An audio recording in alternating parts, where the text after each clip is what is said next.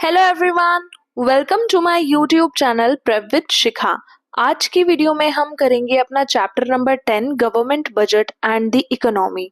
Government budget क्या होता है और इसका हमारी इकोनॉमी के अंदर क्या रोल प्ले किया जाता है, इसके बारे में हम इस चैप्टर के अंदर पढ़ेंगे।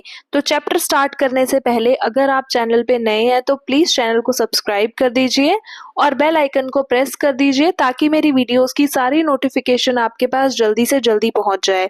तो अब बिना टाइम वेस्ट करे अपना चैप्टर स्टार्ट करते हैं, which is government budget and the economy.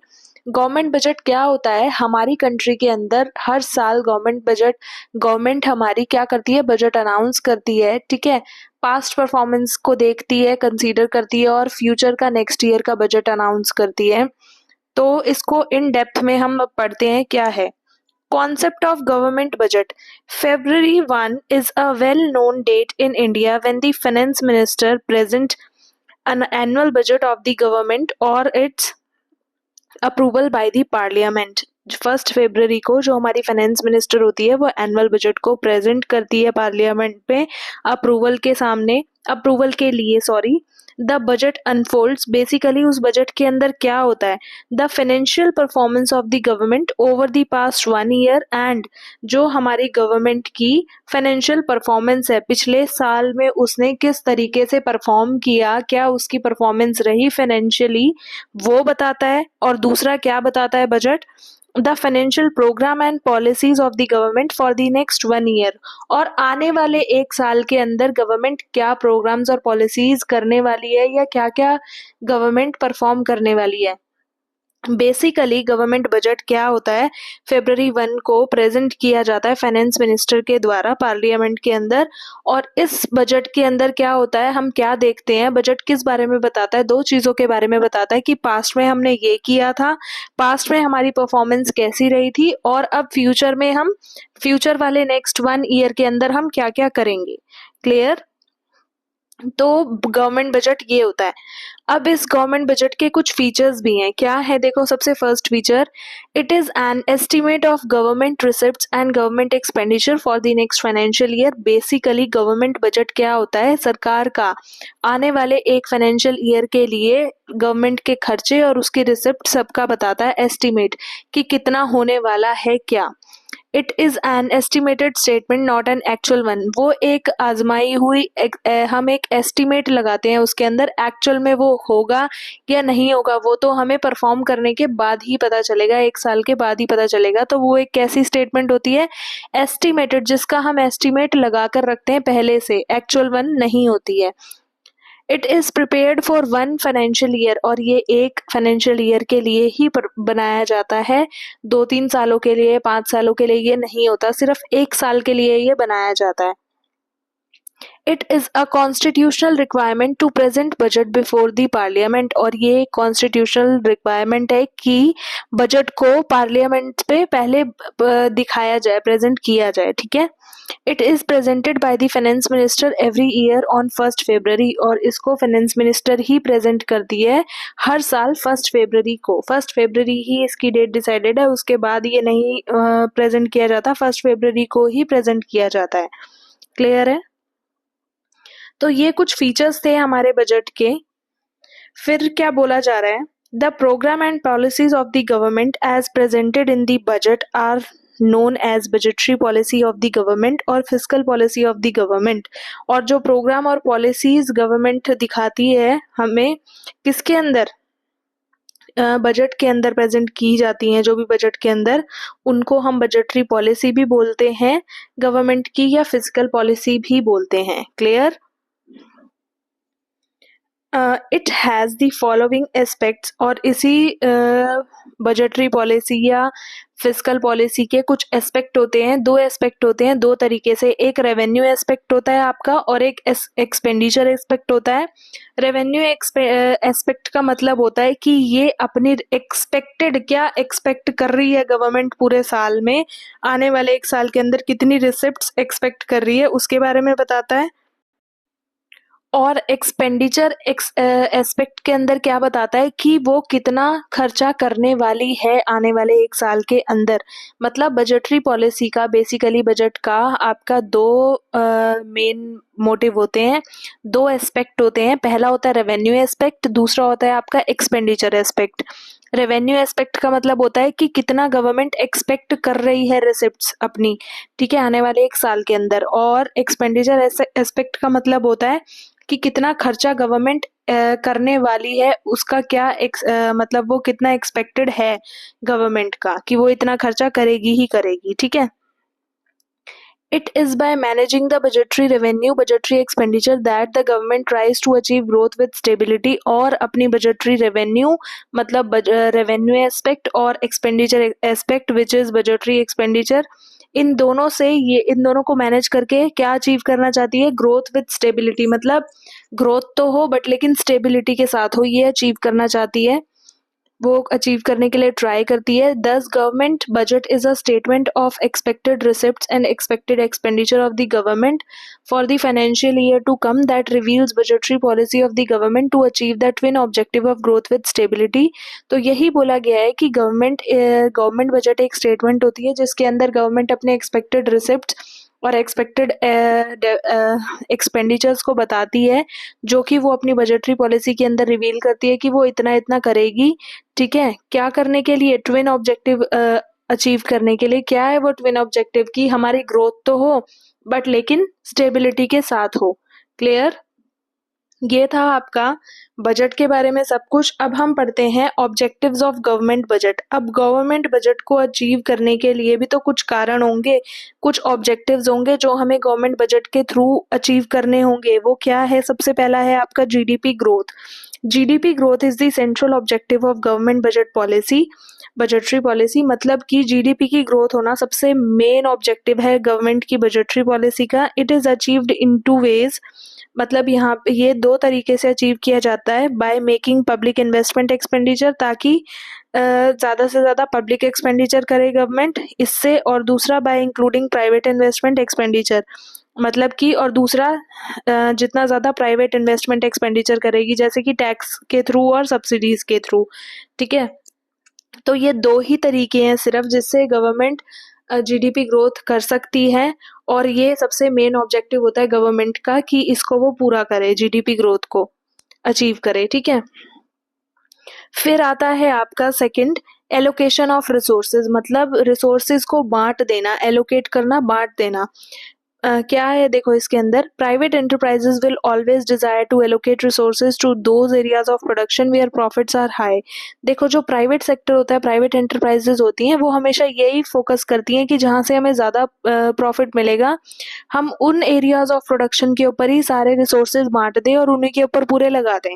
However it is possible that such area of production may not promote social welfare. और कई बार ऐसा भी होता है कि वो सोशल वेलफेयर नहीं करते वो उन चीज़ों का प्रोडक्शन, जैसे कि अल्कोहल का एग्जांपल ले लिया।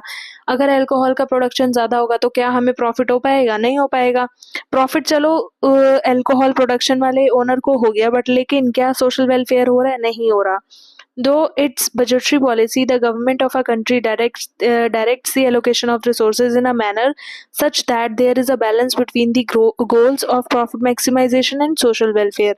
तो budgetary policy गवर्नमेंट की ये बताती है कि रिसोर्सेज का हम एलोकेशन किस तरीके से करना है ताकि बैलेंस बना रहे, किसके बीच में, लोगों के प्रॉफिट मैक्सिमाइजेशन के गोल के बीच में और गवर्नमेंट जो सोशल वेलफेयर करना चाहती है उसके बीच में। Clear. Production of goods which are injurious to health is discouraged through heavy taxation. और इसी को बैलेंस करने के लिए गवर्नमेंट क्या करती है, ज़्यादा से ज़्यादा टैक्स लगा देती है ऐसे प्रोडक्ट्स का प्रोडक्शन करने के लिए, ऐसे गुड्स का प्रोडक्शन करने के लिए जो कि हमारी हेल्थ के लिए इंजूरियस होते हैं, ठीक है। On the other hand production of socially useful goods like khadi is encourage through subsidies. और दूसरी तरफ गवर्नमेंट क्या करती है, सब्सिडीज, छूट प्रोवाइड कर देती है ऐसे गुड्स के प्रोडक्शन पे जिनसे क्या हो पाए, सोशल वेलफेयर हो पाए। क्लियर। फिर आता है आपका provision of public goods. Provision of public goods क्या होता है कि supply and demand forces in a market economy do not allow enough production of public goods. जिस तरीके की मार्केट के अंदर सप्लाई होती है या डिमांड आती है, ठीक है, उसके हिसाब से पब्लिक गुड्स का प्रोडक्शन इतना ज़्यादा अलाउ नहीं किया जाता। तो बेसिकली इसको ठीक करने के लिए क्या होता है, these are those goods which satisfy collective needs of the people. मतलब पब्लिक गुड्स ऐसे गुड्स होते हैं जो कि सभी लोगों की, बेसिकली सभी लोगों की नीड्स को सेटिस्फाई करते हैं, बट लेकिन सप्लाई और डिमांड के फोर्सेस जो मार्केट में आते हैं वो ये अलाउ नहीं करते कि ज़्यादा से ज़्यादा पब्लिक गुड्स प्रोडक्शन हो उनका। क्योंकि लोग क्या चाहते हैं, ज़्यादा से ज़्यादा लोग हमारी कंट्री के अंदर तो कैसे हैं, नॉर्मल मिडिल क्लास या पुअर पीपल हैं, ठीक है, जो अपनी डिमांड्स को सेटिस्फाई करना चाहते हैं बट लेकिन नहीं कर पाते हैं। क्यों? क्योंकि अमीर और अमीर होता जा रहा है, गरीब और गरीब होता जा रहा है, तो सबकी पब्लिक डिमांड्स तो, पब्लिक गुड्स का प्रोडक्शन तो प्रॉपर हो ही नहीं पाता है।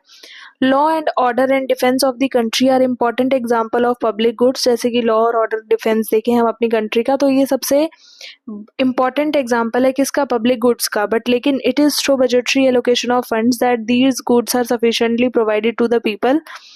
और बजटरी एलोकेशन के हिसाब से इनके लिए जो फंड है वो गुड्स, मतलब इन गुड्स के लिए जो फंड है वो सफिशिएंटली प्रोवाइडेड होना चाहिए लोगों तक। ठीक है, इस बारे में बात की जा रही है। मतलब कि ऐसा ना हो कि सिर्फ हमारी कंट्री के अंदर लग्जरीज ही प्रोड्यूस होती जा रही हैं। पब्लिक गुड्स का प्रोडक्शन, पब्लिक गुड्स के लिए गवर्नमेंट का provision banana is very very very important. तो ये इसके ऊपर भी फोकस करता है हमारा गवर्नमेंट बजट, मतलब सॉरी हमारा बजट, कि गवर्नमेंट ऐसा बजट बनाए जो कि पब्लिक गुड्स के प्रोडक्शन को एनकरेज करे, ना कि डिस्करेज करे। क्लियर? फिर आता है आपका redistribution of income and wealth. Budget of the government shows it's comprehensive exercise on the taxation and subsidies. जो गवर्नमेंट का बजट होता है वो सबसे ज़्यादा एक्सरसाइज करता है टैक्स को और सब्सिडीज को।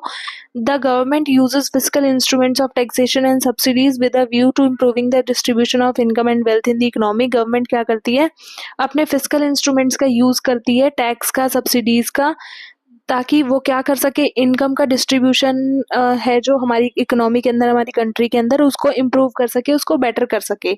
Equitable distribution of income and wealth is a sign of social justice and which is a principal objective of welfare state as in India. और जितना ज़्यादा सबको इक्वली इनकम का डिस्ट्रीब्यूशन हो पाएगा तो उससे क्या हो पाएगा, मतलब कि वो एक साइन है किसका, सोशल जस्टिस का, कि हम सोशली सबके साथ जस्टिस कर रहे हैं। और वही सबसे मेन ऑब्जेक्टिव होता है किसी भी वेलफेयर स्टेट करने वाले कंट्री के लिए, जैसे कि इंडिया। ठीक है, तो distribution of income and wealth is improved in two ways. तो हम इसको दो तरीके से ही बेटर कर सकते हैं सिर्फ। पहला तरीका है आपका by imposing taxes on rich and giving subsidies to the poor, कि हम अमीर लोगों के ऊपर ज़्यादा टैक्स लगाएं और गरीब लोगों को छूट देते रहें चीज़ों पे। ठीक है, दूसरा है by supplying food grains to BPL population at a low price. और हम जो बिलो पॉवर्टी लाइन लोग हैं, जो बिल्कुल ही अफोर्ड नहीं कर पाते हैं कुछ, उनको क्या करें, फ्री डिस्ट्रीब्यूशन करें ग्रेन्स का। ठीक है, तो उनको क्या हो जाएगा, बिल्कुल मतलब कि या तो हम फ्री डिस्ट्रीब्यूशन कर दें, अगर फ्री नहीं कर सकते हैं तो कैसा कर दें, फूड ग्रेन्स का उन तक डिस्ट्रीब्यूशन बिल्कुल लो प्राइजेस पे, कि अगर 100 रुपए की चीज़ है तो उन लोगों को 50 रुपए में मिल जाए या 40 रुपए में मिल जाए, जो कि बिलो पॉवर्टी लाइन है बिल्कुल लोग। ठीक है, जैसे एग्जाम्पल बोल रखा है इसके अंदर, free distribution of LPG connection to the poor people. जो ज़्यादा गरीब लोग हैं उनको क्या किया जाए, एलपीजी के मतलब कनेक्शंस फ्री में प्रोवाइड कर दिए जाएं। तो ये एक तरह से distribution of income and wealth ही तो है, कि इक्विटेबल डिस्ट्रीब्यूशन हो रहा है। फिर आता है आपका बैलेंस्ड रीजनल ग्रोथ। मतलब कि बैलेंस्ड ग्रोथ होनी चाहिए, बैलेंस्ड रीजनल ग्रोथ होनी चाहिए। कैसे? The budgetary policy places priority on the development of backward regions in the country. जो बजटरी पॉलिसी होती है उसके अंदर ये होता है कि वो फोकस करती है बैकवर्ड रीजन्स पे, जो हमारी कंट्री के बैकवर्ड रीजन्स है, बैकवर्ड एरियाज है, उनकी डेवलपमेंट करने के लिए। This is achieved through liberal tax laws and backward region. और ये इसी तरीके से अचीव किया जाता है जब गवर्नमेंट क्या कर देती है, लिबरल टैक्स लॉज बना देती है बैकवर्ड रीजन्स के लिए, और स्पेशल इकोनॉमिक जोन्स बना देती है बैकवर्ड रीजन्स के अंदर। तो इससे क्या होता है, उनको हेल्प हो जाती है और उनकी डेवलपमेंट होना स्टार्ट हो जाती है। ठीक है, मतलब कि वो बैकवर्ड नहीं रहते हैं, उनको थोड़ा सा हेल्प मिलती है इन सब चीज़ों से। फिर आता है आपका एम्प्लॉयमेंट अपॉर्चुनिटीज, ज़्यादा से ज़्यादा लोगों को काम प्रोवाइड करना। जैसे कि budgetary policy focuses on the generation of employment opportunities through investment in public enterprises. Government क्या करती है, ज़्यादा से ज़्यादा फोकस करती है लोगों को काम प्रोवाइड करने के लिए, ठीक है। इन्वेस्टमेंट करती है किसके ऊपर, पब्लिक एंटरप्राइजेस के ऊपर, ताकि वो ज़्यादा से ज़्यादा एम्प्लॉयमेंट अपॉर्चुनिटीज जनरेट कर पाएँ।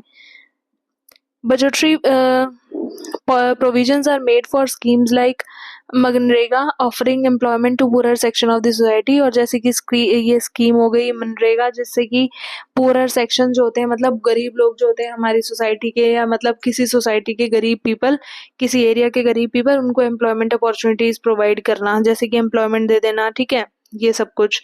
फिर आता है आपका इकोनॉमिक स्टेबिलिटी। इकोनॉमिक स्टेबिलिटी क्या करती है, देखो कोई भी कंट्री है उसके लिए उसकी इकोनॉमिक स्टेबिलिटी बहुत ज़्यादा ज़रूरी होती है, ठीक है। उसके सर्वाइव करने के लिए, उसकी ग्रोथ के लिए इकोनॉमिकली स्टेबल होना इज़ वेरी इंपॉर्टेंट। कैसे, अब ये पढ़ते हैं। Free play of market forces are bound to generate trade cycles also called business cycles. जब हमारी कंट्री के अंदर सप्लाई और डिमांड के जो फोर्सेस होते हैं वो फ्रीली होते हैं, मतलब कि उनके ऊपर कोई रिस्ट्रिक्शन नहीं होती, तो ये क्या करते हैं, वो जनरेट करते हैं ट्रेड साइकिल को, जिसको हम बिजनेस साइकिल भी बोलते हैं। बेसिकली ये होते क्या है, ये एक ऐसा फेज होता है बिजनेस साइकिल का, जिसके अंदर रिसेशन भी आता है, डिप्रेशन भी आता है, रिकवरी भी आता है, बूम भी आता है। मतलब कि कोई बहुत बिल्कुल लो पॉइंट पे भी जाता है, फिर रिकवर भी करता है, और कोई बिल्कुल अप पे भी चला जाता है, ठीक है। तो ये एक ऐसा फेज होता है बिजनेस साइकिल को, मतलब ये एक ऐसा फेज होता है जिसमें ये चारों चीजें आती हैं, उसको बिजनेस साइकिल कहा जाता है। The government of a country is always committed to save the economy from business cycle. और जो गवर्नमेंट होती है हमारी कंट्री की, वो हमारी इकोनॉमी को इस बिजनेस साइकिल से बिल्कुल बचा के चलती है, कि हमारी कंट्री के अंदर कभी भी बिल्कुल डिप्रेशन तो आए ही ना, रिसेशन की सिचुएशन आए ही ना, हम ऑलवेज बूम बूम बूम करें या रिकवरी करें, बेटर करें। Budget is used as an important policy instrument to correct the situation of deflation and inflation। और बजट को बहुत प्रॉपरली एक पॉलिसी इंस्ट्रूमेंट की तरह इस्तेमाल किया जाता है, किस सिचुएशन को करेक्ट करने के लिए, महंगाई की और डिफ्लेशन की, मंदी की, ठीक है।